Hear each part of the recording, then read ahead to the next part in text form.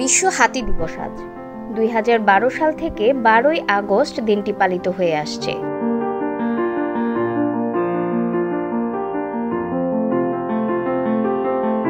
কানাডার দুই চলচ্চিত্র নির্মাতা প্যাট্রিসিয়া সিমস, মাইকেল ক্লার্ক এবং থাইল্যান্ডের রি-ইন্ট্রোডাকশন ফাউন্ডেশনের উদ্যোগে মূলত বিশ্ব হাতি দিবস পালন করা সম্ভব হয়েছে।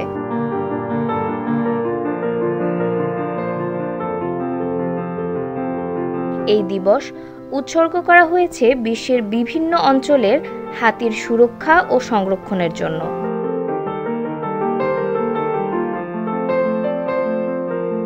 বিশেষ করে আফ্রিকান এবং এশীয় হাতিদের জরুরি দুর্দশার বিষয়ে সচেতনতা তৈরি করা, একই সাথে বন্দি বা বন্য হাতিদের ভালো যত্ন ও ব্যবস্থাপনার জন্য জ্ঞান এবং ইতিবাচক সমাধানগুলো প্রচার করা।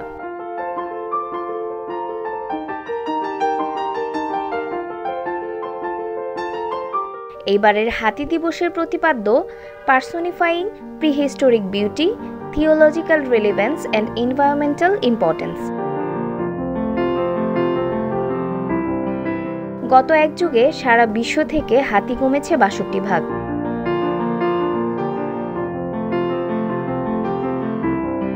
নগরায়ন এবং বনাঞ্চল ধ্বংসের কারণে হাতির জীববৈচিত্র্য নষ্ট হচ্ছে।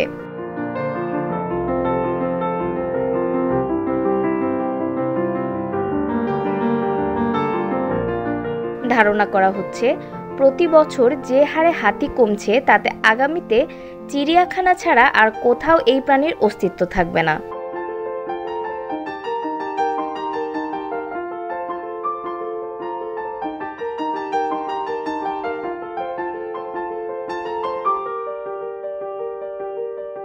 (২০১৫) সালে বন মন্ত্রণালয় তাদের এক প্রতিবেদনে জানায় যে বাংলাদেশের বনাঞ্চলে ২৮৬টি এবং চিড়িয়াখানা বা সাফারি পার্কে আরও ৯৬টি হাতি রয়েছে।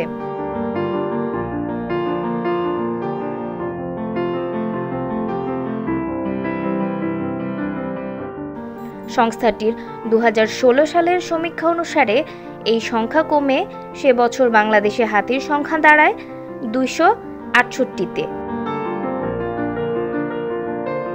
অথচ বর্তমানে বাংলাদেশে হাতির সংখ্যা দাঁড়িয়েছে ২০০টিরও কম।